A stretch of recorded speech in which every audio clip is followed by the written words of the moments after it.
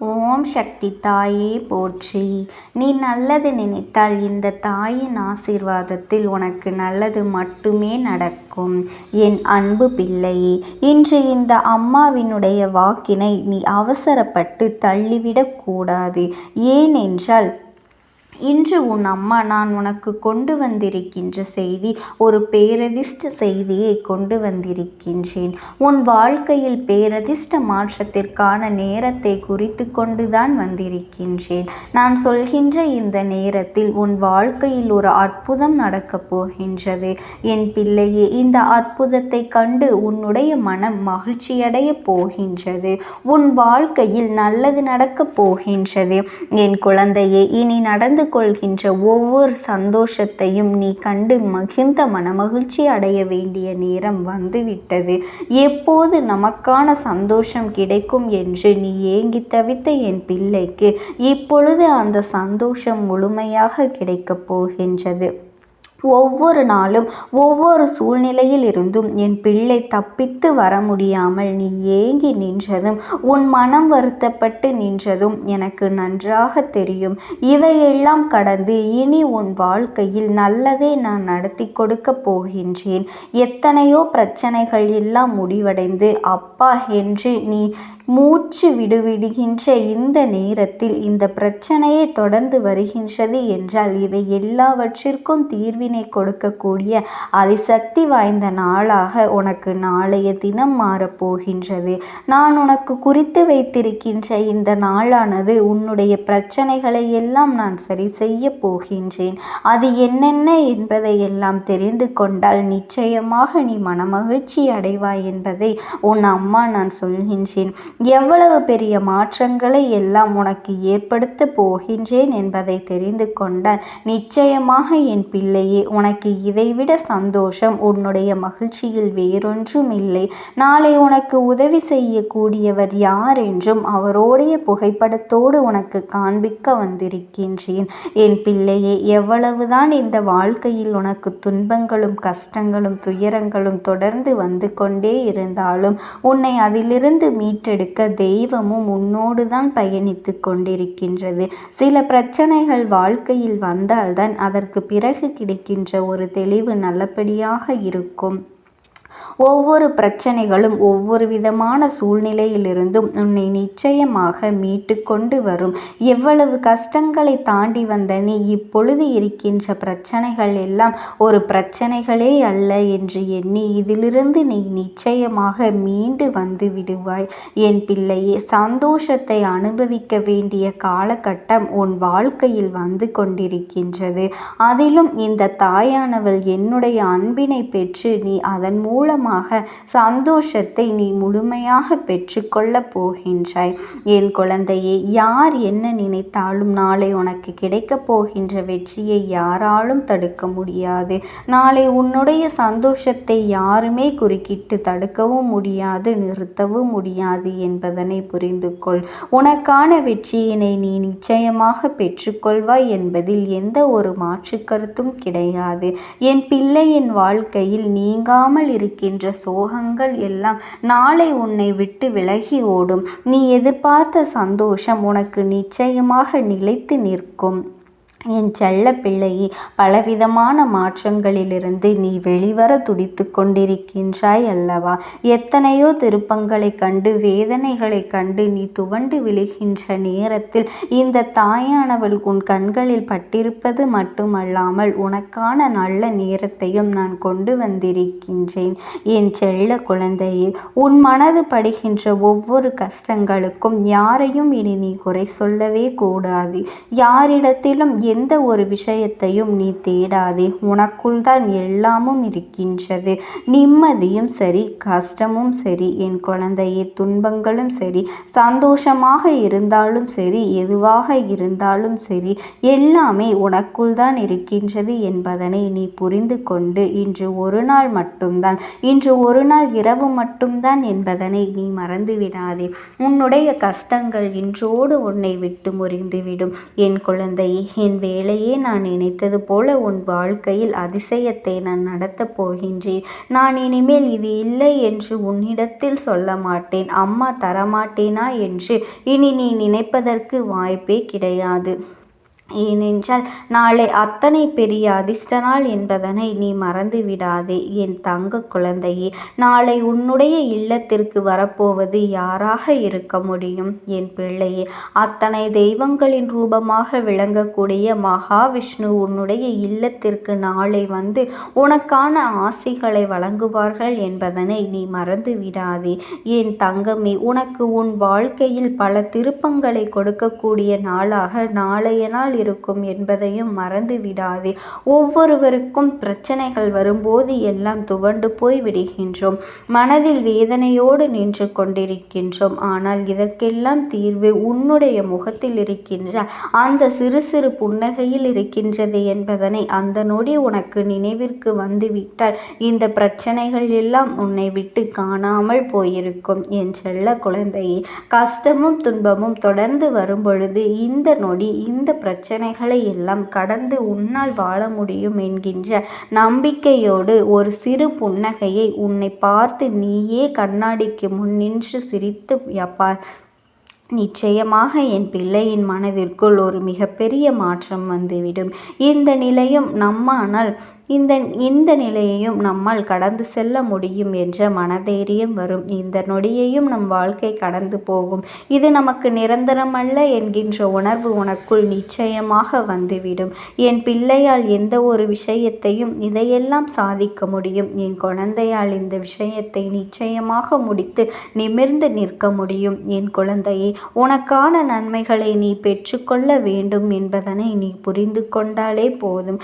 இன்றைய நாள் மட்டுமே உனக்கு பாக்கி இருக்கின்றது. நாளைய நாளில் உனக்கு அவதார புருஷனாக மகாவிஷ்ணு பெருமாள் உனக்கு உன் வீட்டிற்கு வரப்போகின்றார். அது மட்டுமல்ல, அவர்களோடு ஒன்றல்ல இரண்டல்ல அத்தனை தெய்வங்களும் உன்னுடைய வீட்டிற்குத்தான் வரப்போகின்றார்கள் என்பதனை நீ புரிந்து கொள்ள வேண்டும். என் குழந்தையே, அத்தனை தெய்வங்களின் ஆசிகளும் உனக்கு ஒரு சேர கிடைக்கப் போகின்றது. அத்தனை தெய்வங்களும் வேறு எங்கும் செல்லாமல் உன் இல்லத்திற்கு வந்து உனக்கு நல்ல ஆசிகளை வழங்கி செல்வார்கள் என்பதில் எந்த ஒரு சந்தேகமுமே கிடையாது.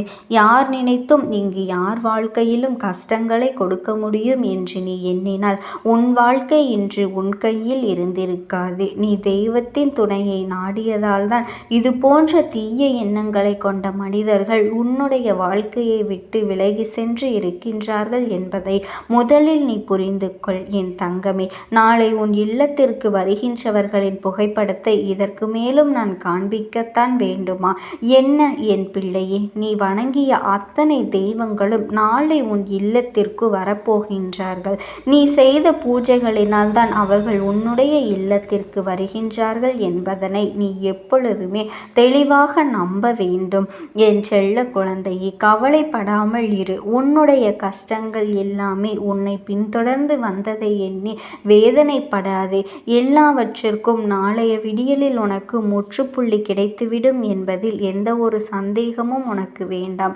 நாளை முதல் உன் வாழ்க்கையில் உன் கஷ்ட காலத்திற்கு முடிவு பிறந்துவிடும். நீ அடைந்த அத்தனை பிரச்சனைகளும் வேதனைகளுக்கும் இதோடு உன் வாழ்க்கையை விட்டு விலகி செல்லும். உனக்கு சோதனைகள் கொடுத்தவர்கள் எல்லாம் இனி உன் வாழ்க்கையில் உன்னை திரும்பி கூட பார்க்க நினைக்க மாட்டார்கள்.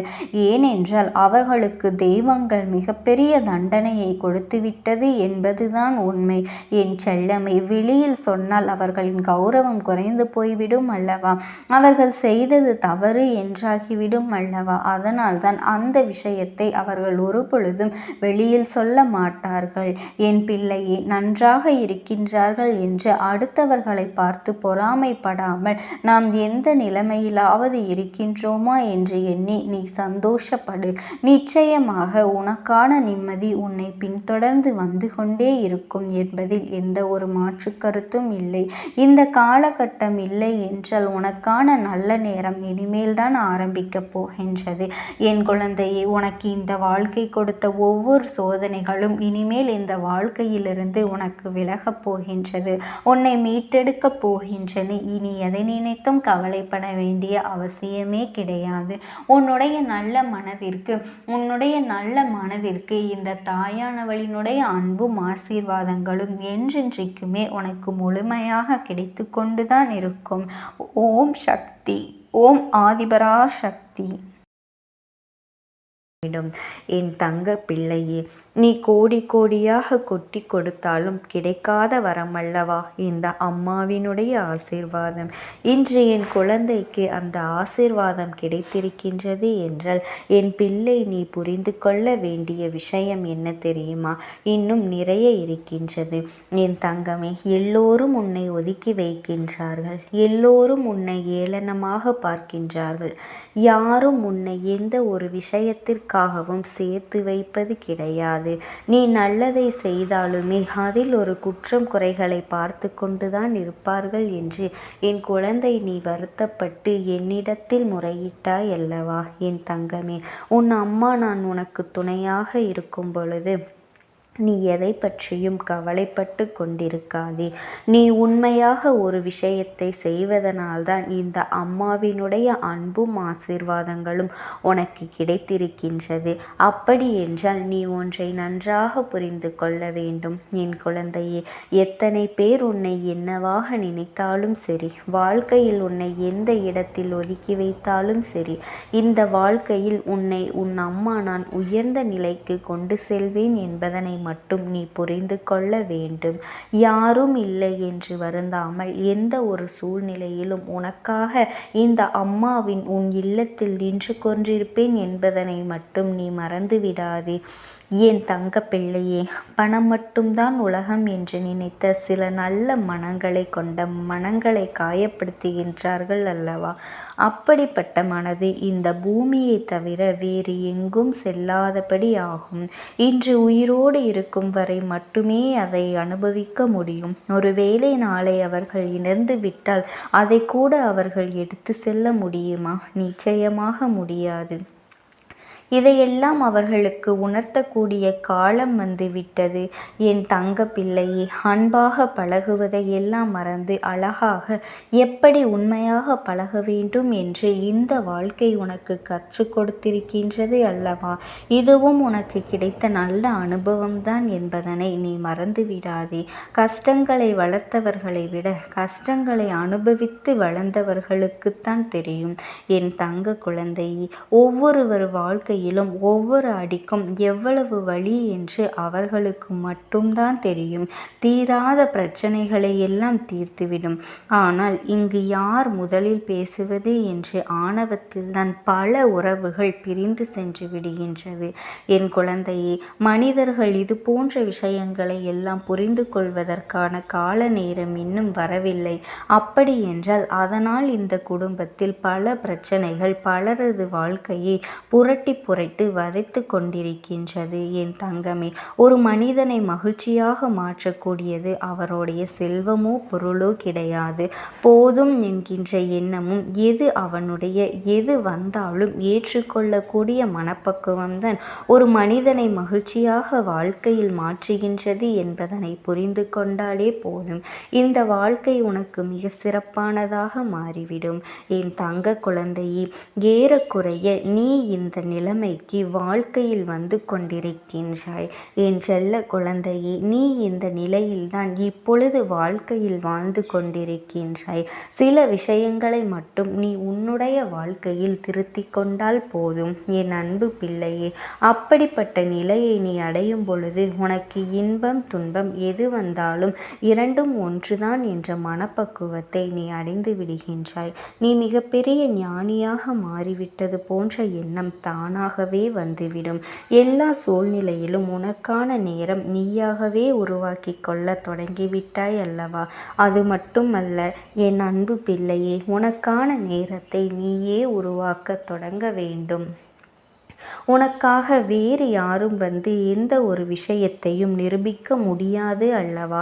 அப்படி வேறு யாரும் நிரூபித்தாலும் அது உன்னை விட சிறப்பாக இருக்காது என்பதனை நீ புரிந்து கொள். இப்படித்தான் நான் இருக்க வேண்டும் என்று சொல்லி யாரையும் ஒரு அடியாக திருத்திவிட முடியாது அல்லவா? என் குழந்தையே, என்னவோ எண்ணங்கள் உன் மனதில் எப்பொழுதும் இருந்து கொண்டே இருக்கும். இத்தனை பேரும் உன்னை சுற்றி நடந்து கொண்டிருந்த செயல்களை பார்க்கும் பொழுது மனது படுகின்ற பாடு என்னவென்று உன் அம்மா நான் அறிவேன் அல்லவா? என் தங்க பிள்ளையே, எனக்கு கோடி கோடியாக கொட்டி கொடுத்து என் மேல் வந்து கொட்டினாலும் அவர்கள் நினைத்த காரியத்தை நான் ஒருபொழுதும் செய்வதற்கு அனுமதிக்க மாட்டேன் என்பதனை நீ தெரிந்து கொள். அது மட்டுமல்ல, அவர்களின் வேண்டுதலுக்கு ஒருபொழுதும் நான் செவிசாய்க்க மாட்டேன் என்பதனையும் நீ புரிந்து கொள்ள வேண்டும். பணம் என்ற ஒன்று இந்த தெய்வத்திடம் ஒரு பொழுதும் செல்லாது என்பதனை நீ புரிந்து கொள். உண்மையான அன்பு என்ற ஒன்று மட்டும் இருந்தால் போதும். என்னிடத்தில் வந்து நிற்கின்ற எல்லோரும் அவர்கள் வாழ்க்கையில் கேட்ட வரங்களை எல்லாம் நான் நிச்சயமாக செய்து கொடுப்பேன் என்பதனை நீ ஒரு நாளும் மறந்துவிடக் கூடாது. என் தங்க பிள்ளையே, உனக்கு ஒரு அனுபவம் கிடைக்கும் வரை யாருடைய அறிவுரைகளையும் அப்படியே நீ முழுமையாக நம்பி கேட்டு விடாதே. ஏனென்றால் கஷ்டங்களை எல்லாம் அப்படியே முழுமையாக நம்பிவிட பார்த்தால் ஒன்றுமே தெரியாது. அதையெல்லாம் அனுபவிப்பவருக்கு மட்டும்தான் தெரியும் இந்த வலியும் வேதனையும் என்னவென்று. வாழ்க்கையில் கடினமான பக்கம் என்றால் என்னவென்று நான் இன்னொருவருக்கு கஷ்டம் என்று நம்முடைய கஷ்டத்தை போல அவர்கள் சொல்கின்றார்கள். அப்படி என்றால் அப்பொழுது நம்மால் எளிமையாக புரிந்து கொள்ள முடியும் அல்லவா? அதை விட்டு கொடுத்து ஒருவர் சுலபமாக இருந்து கொண்டு கஷ்டமாக இருந்து கொண்டு மற்றவர்களுக்கு வருகின்ற கஷ்டத்திற்கெல்லாம் அறிவுரைகளை சொன்னால் நிச்சயமாக எப்படி ஏற்றுக்கொள்ள முடியும் என்பதனை என் தங்க பிள்ளை, வாழ்க்கையில் எல்லா கஷ்டங்களையும் நமக்கு வரும் பொழுது மட்டும்தான் அது புரியும். அவர்களுக்கு எத்தனை வேதனை மற்றவர்களும் அடைந்திருப்பார்கள் என்ற விஷயத்தை நீ தெரிந்து கொள்ள வேண்டும். எத்தனை வழிகளை அவர்களும் கடந்து வந்திருப்பார்கள் இந்த வாழ்க்கையில் என்று உனக்கு தெரிய வேண்டும். இந்த வாழ்க்கையில் நீ இன்னும் அனுபவிக்க வேண்டிய சூழ்நிலைகள் நிறைய இருக்கின்றது. என் தங்க குழந்தையே, நீ இப்பொழுதே உன்னுடைய மனதை வலிமையாக்கி கொள்ள வேண்டும். இனி வாழ்க்கையில் ஒரு பொழுதும் சோர்ந்து போய் நிற்கக்கூடாது. இனி வரும் நாட்கள் எல்லாம் இதைவிடவும் சற்று கடினமாகத்தான் இருக்கும். ஆனாலும் நீ கவலைப்படாதே. இதுநாள் வரையிலும் நீ அனுபவித்த கஷ்டங்களும் வேதனைகளும் அவற்றையெல்லாம் உன்னை எளிதாக கடந்து வர வைத்துவிடும். என் பிள்ளையே, என்றும் உன் வாழ்க்கையில் உனக்கு நம்பிக்கை குறையக்கூடாது. நீ நல்ல நிலையை அடைய வேண்டும் என்றால் உன்னுடைய தன்னம்பிக்கையானது இன்னும் அதிகமாக வர வேண்டும். ஒரு பொழுதும் குறைந்துவிடக்கூடாது. நீ வளர்த்து கொள்ள வேண்டும் அல்லவா? அது மட்டுமல்ல என் பிள்ளையே, நீ எல்லா வசதியும் வாய்ப்போடு இருக்க வேண்டும், பணம் நிறைய சம்பாதிக்க வேண்டும் என்று சிந்திக்காமல் வாழ்க்கையில் நிம்மதியாக இருக்க வேண்டும், அன்போடு இருக்க வேண்டும், கிடைத்ததை அனுபவித்தால் போதும் என்ற மனப்பக்குவத்தோடு நீ இருக்க வேண்டும். இது உனக்கான வாழ்க்கை, உன்னுடைய வாழ்க்கை என்பதனை நீ புரிந்து கொண்டாலே போதும். என் பிள்ளையே, மற்றவர்களை பார்த்து ஒரு பொழுதும் என் பிள்ளை அவர்களைப் போல ஆடம்பரமாக வாழ வேண்டும், அவர்களைப் போல செலவுகள் செய்ய வேண்டும் என்று அவர்களைப் போல நடந்து கொள்ள வேண்டும் என்றும் ஆசைப்பட்டால் அது தவறு இல்லை. உன்னுடைய சூழ்நிலையை உணர்ந்து கொள்ளாமல் பிடிவாதமாக இதையெல்லாம் செய்யும் பொழுது உனக்கு கஷ்டங்களைத்தான் மேலும் மேலும் வந்து கொண்டிருக்கும் என்பதனை நீ மறந்துவிடாதே. இப்போது உன்னிடத்தில் எது இருக்கின்றதோ அதை வைத்து நீ நிம்மதியாக வாழ வேண்டும். உனக்கான எல்லா செல்வங்களும் உன்னை வந்து சேரும். உனக்கான உயர்ந்த நிலைமையை நீ அடையத்தான் போகின்றாய். ஆனால் தற்பொழுது நீ என்ன நிலையில் இருந்து கொண்டிருக்கின்றாயோ அதை மட்டும் அப்படியே ஏற்றுக்கொள். மற்றவர்களை நம்மை பார்த்து பொறாமைப்பட வேண்டும் என்பதற்காக சில காரியங்களை எல்லாம் நீ ஒரு பொழுதும் செய்யக்கூடாது, செய்யவே செய்யாது. ஏனென்றால் ஏனென்றால் ஒருவர் வசதியாக இருக்கின்றார்கள் என்றால் நாமும் வசதியாக இருக்க வேண்டும் என்று அவசியமில்லை. அவர்கள் வசதியாக இல்லை என்றாலும் எதற்காக அவர்களை பார்த்து நாம் மகிழ்ச்சியடைய வேண்டும்? அதே போலத்தான் நான் வசதியாக இருக்கின்றாய், சந்தோஷமாக இருக்கின்றாய் என்றால் உன்னை பார்த்து மற்றவர்கள் பொறாமைப்படக்கூடாது. உன்னுடைய வளர்ச்சியை பார்த்து அவர்கள் சந்தோஷப்பட வேண்டும். எத்தனை நாட்கள் அவர்கள் கஷ்டமாக இருந்தாலும் பல பிரச்சனையிலேயே இருந்தார்கள், குடும்ப பிரச்சனையில் இருந்தார்கள். இப்பொழுது அவர்களுக்கு நல்ல நிலை வந்துவிட்டது என்று, உழைப்பால் அவர்கள் உயர்ந்திருக்கின்றார்கள் என்று, அவர்கள் தன்னம்பிக்கையால் ஜெயித்திருக்கின்றார்கள் என்று அவர்களை பார்த்து நீ சந்தோஷப்பட வேண்டும். உன்னை மற்றவர்கள் பேச வேண்டுமே தவிர உன்னை பார்த்து வேறு யாரும் பொறாமைப்பட்டு விடக்கூடாது என்பதில் நீ உறுதியாக இருக்க வேண்டும். என் தங்க குழந்தைக்கு இந்த தாயானவளினுடைய அன்பும் ஆசீர்வாதங்களும் என்றென்றைக்கும் முழுமையாக கிடைக்கும். ஓம் சக்தி. ஓம் ஆதிபராசக்தி.